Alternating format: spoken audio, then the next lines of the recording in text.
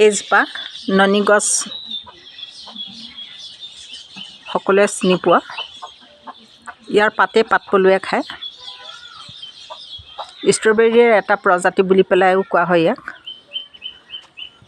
কাৰণ ইয়াৰ যি সৰু সৰু ফল লাগে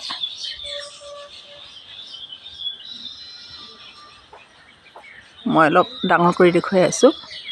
এইবোৰ ফল যেতিয়া ইহঁত অকণমান ক'লামতীয়া হৈ যায় তেতিয়া খাবলৈ বৰ সোৱাদযুক্ত।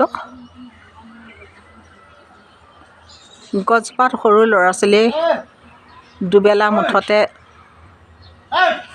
ফলবোৰ ছিঙি ছিঙি খায়ে থাকে। আমি ডাঙৰেও বাৰু এটা দুটা নোখোৱাকৈ নাথাকোঁ।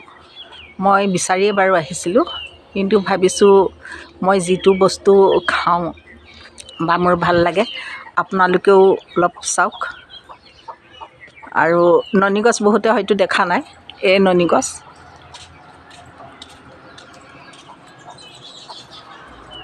এইটো ওচৰতে এটা আছে, এইটো বৰ ধুনীয়া, ই খাবলৈ হোৱা নাই।